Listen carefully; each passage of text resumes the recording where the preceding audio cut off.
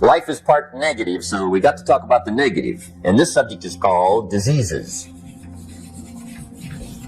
of attitude. Diseases of attitude. There's a lot of things that can wreck your chances to do well. We live in a rather dangerous world, so you got to be not only wise, you got to be careful. Now, attitude diseases are just as bad as physical diseases, right? High blood pressure, heart trouble. I mean, a lot of things lace your chances to do well. So you've got to be careful. And attitude diseases are deadly. I mean, they'll destroy all the good things you start. These attitude diseases are like weeds that grow in the garden. It's a normal part of life. Here's a good phrase to note. Negative is normal. It's not successful, but it's normal. It's part of life. And here's the next key, in my opinion. You must learn to handle the negative. Don't ignore it. Handle it. Now, I know some people teach the other way. And listen to them. And listen to me. And then make up your own mind. Right? Don't be a follower. Be a student. But I say you got to handle the negative. You don't have to live in it. You don't have to dwell on it. But you do have to handle it, my opinion. Here's what part of it is. It's called the Great War between good and evil. And there is a war on. The minute you were born, you got involved in the war between good and evil, between darkness and light, between negative and positive, between evil and good, between tyranny and democracy, between weeds and human activity. I mean, the war is on. If democracy sleeps, guess who never sleeps? Tyranny. In the absence of light, guess what's automatic? Darkness. If good does not arouse itself and become active, guess what moves in? Evil. It's a war. A mental war, a physical war, a financial war, between enterprise and ease, between accomplishment and failure. It's a war. That's why there's an Old Testament phrase that gives the best advice for human activity when it says, 6 days labor, 1 day rest. Now, I'm sure we've taken that to mean, don't work all 7 days. Take one off. Here's what it also means. Only take one off, or you're liable to lose the war. Now, we've got it down to 5 and 2. And maybe that's not too dangerous. I don't know. If God would have thought of 5 and 2, he might have made it 5 and 2. I don't know. But here's what it does mean. Enterprise is better than ease. If you rest too long, the jungle overtakes the village. Now here's the good news about the war between good and evil. Evil is no match for good, but good must be active. Weeds are no match for human activity, but if you stand still, how far in will they come? All the way. They'll grow right up around your shoes. But if you get busy, how far back can you take them? As far as you wish. They're no match, but you must be active. That's why the 6 and 1.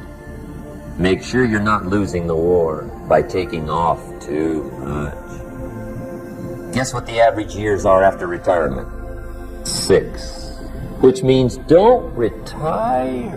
Your chances are too slim. The war between good and evil, the weeds. You got to make sure you recognize the negative, handle it, deal with it, and then go on. Let's make a list of the diseases of attitude that can wreck all your chances to do well. One of the words that destroys everything is called neglect. And I found this out. A week of neglect could cost you a year of repair. It isn't worth it. So what to be on the lookout for? Here's the list. If you were making it, you'd have the same list I've got. Right? We're not covering anything new tonight. This is a reminding session, not a teaching session. But it doesn't hurt to go over it again. Here's the list. Attitude diseases. Number 1 is indifference. The shrug of the shoulder. The guy's not even concerned. He's just drifting. This is called the mild approach to life. A disease known as mildness. The guy says, well, I can't see getting all that worked up. Well, to be any kind of winner, you gotta get worked up. There's one problem with drift. You cannot drift to the top of the mountain. And the good Lord said in the closing chapters of the Bible, here's the best way to live, one way or the other. That's best. Hot or what's next best? Cold is next best to hot. Not the half-baked middle, lukewarm, not too hot, not too cold. What a sad way to live. I think what it means is pick a direction and go with everything you got. Just pick one and go. Somebody says, yeah, but what if it's the wrong direction? You'll find out quicker. It won't take you 25 years to wake up and say, oh no, I've been walking the wrong road. I told my staff the other day, next best to prosperity is adversity. If one doesn't get you, pray for the other. We all do better from one of two reasons, inspiration or desperation. And I don't wish anything bad on you tonight, but if you're not inspired, I hope a wagon comes down your rut. Whatever it takes to get you to try harder, read more, set your goals, and go for it. Somebody asked me one time, what quality would I pick if I wanted to work with somebody? And you know what I picked first? Number one, strong feeling. Please, number one, give me somebody that feels strong. About most anything, I don't even care. Just so they believe it. Even if they disagree with me. Wonderful. Just so they disagree vigorously. I'm not saying it's easy to win those kind of people to your point of view, but I'd rather do that than to try to resurrect people from the dead. Pump them up every month. Pump them up, pump them up. Here's the key to the good life. Learn to put everything you've got into everything you do.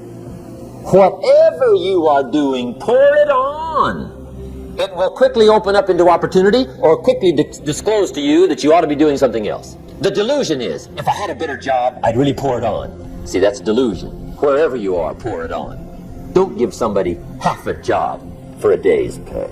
Pour it on. See, that'll help change your life. Get rid of this disease.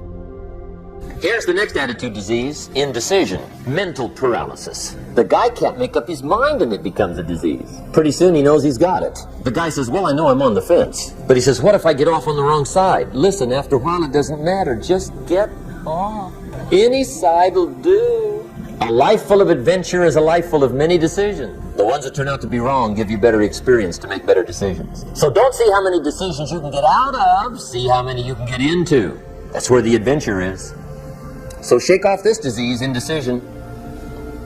The next one is doubt. Doubt's like a plague. And one of the worst is self-doubt. There are many, but that's one of the worst. The guy doubts himself. Doubts if it'll last that long for him. Doubts if he can do that well. Doubts if he can make that much. Doubts if he can accomplish all that. A chronic, excellent self-doubter. You can imagine what damage that does to your future.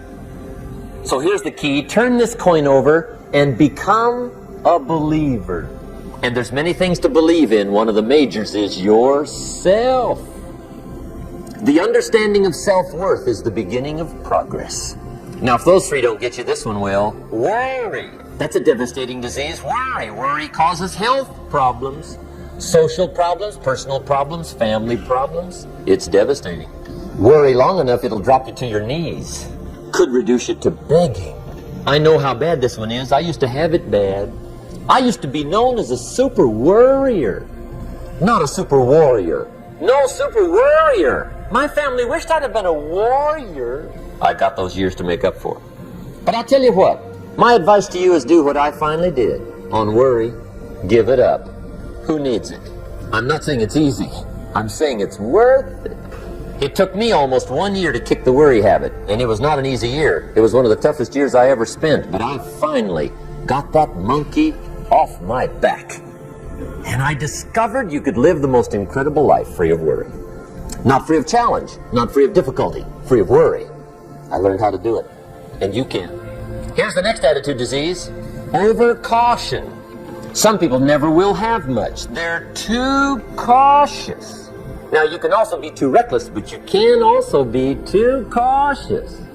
This is called the timid approach to life. And my caution was always the risk. Risk used to drive me right up the wall.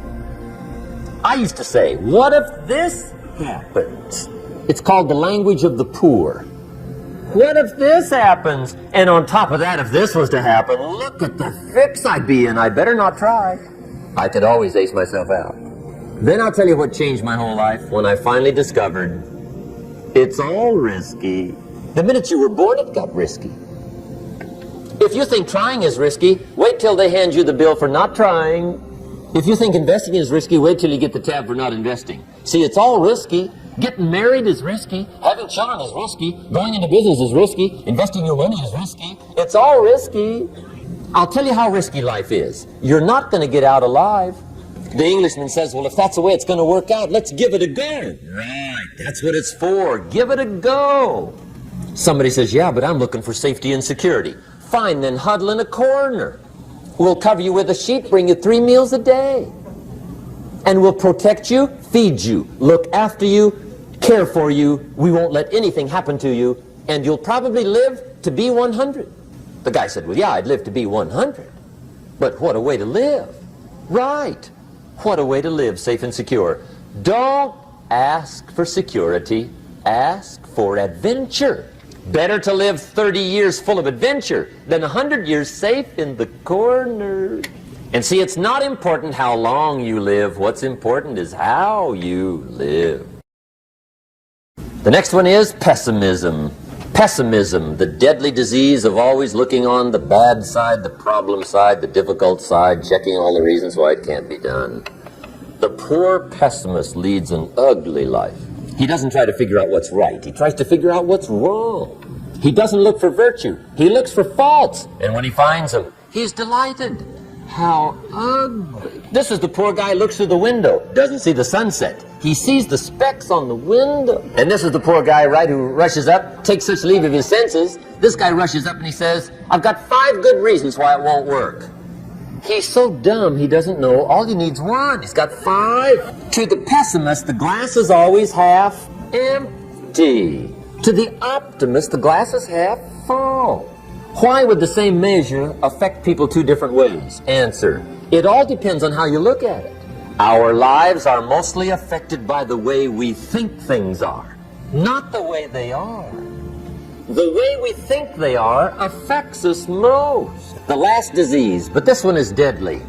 Engage in this one, indulge in it even slightly, and you might as well forget the future, because it's going to forget you. Complaining, crying, whining, griping. A Bible word called murmuring. See, that'll ace your future. Spend 5 minutes complaining, and you have wasted 5. And you may have begun what's known as economic cancer of the bone. Surely they will soon haul you off into a financial desert and there let you choke on the dust of your own regret. I hope I said that well, so you won't forget. It's a deadly disease. If you don't think it's bad, ask the children of Israel of Old Testament fame. Typical of us all, their story just happened to get in the book. Story says, children of Israel were slaves. God performed a series of dazzling miracles and got them out. And now they're heading for the promised land. Remember the story? Heading for the promised land. Tragedy of the story? They never got there. Reason? From day 1, they started to complain. They griped about the water. They griped about the weather. They whined and cried and griped about the food. They griped about the leadership. They whined and cried because it was too far, too cold, too hot, too difficult, too miserable. I mean, they whined and cried for years. Finally, God said, I've had it, trip canceled. The story says they died in the desert, never got to the promised land. Which I think means 2 things. Indulge in this long enough, you get your future canceled. And I guess it also means even God himself can only take so much. Just be on the lookout of the things that can destroy all the good you start. The war is on. And this evening, tomorrow, mentally, personally, socially, economically, you got to make sure you're winning the war.